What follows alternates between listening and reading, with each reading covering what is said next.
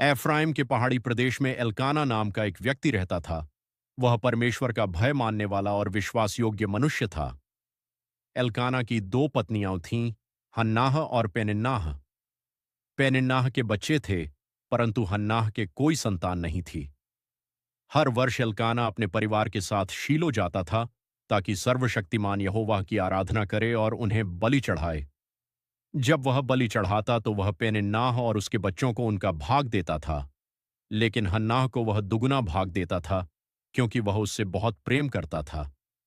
फिर भी पेनिन्नाह हन्नाह को बार बार चिढ़ाती थी, क्योंकि वह जानती थी कि हन्नाह संतानहीन है। इस कारण हन्नाह बहुत दुखी रहती थी। वह रोती थी और भोजन भी नहीं कर पाती थी। तब एल्काना ने उससे कहा, हन्नाह, तुम क्यों रो रही हो? क्या मैं तुम्हारे लिए 10 पुत्रों से बढ़कर नहीं हूं? एक दिन शीलो में हन्नाह उठकर परमेश्वर के सामने गई। उसका हृदय बहुत दुखी था और वह रोते हुए मन ही मन प्रार्थना करने लगी। उसने परमेश्वर से मन्नत मांगी और कहा, हे सर्वशक्तिमान परमेश्वर, यदि आप अपनी दासी की पीड़ा पर ध्यान दें और मुझे एक पुत्र दें, तो मैं उसे जीवन भर आपके लिए समर्पित कर दूंगी। उसके बाल कभी नहीं काटे जाएंगे। जब वह प्रार्थना कर रही थी तो पुरोहित एली उसे ध्यान से देख रहे थे।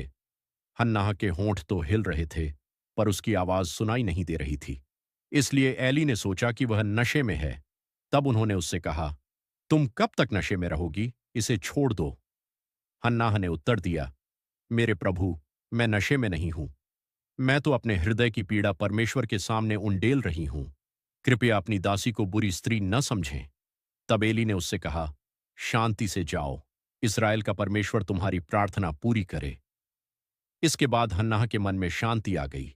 वह अपने घर लौट गई और फिर उसने भोजन किया और उसका चेहरा अब उदास नहीं रहा। कुछ समय बाद परमेश्वर ने हन्नाह की प्रार्थना सुनी।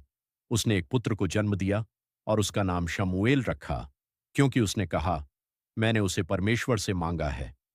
जब हम सच्चे मन से परमेश्वर को पुकारते हैं, तो वह हमारी प्रार्थना अवश्य सुनते हैं।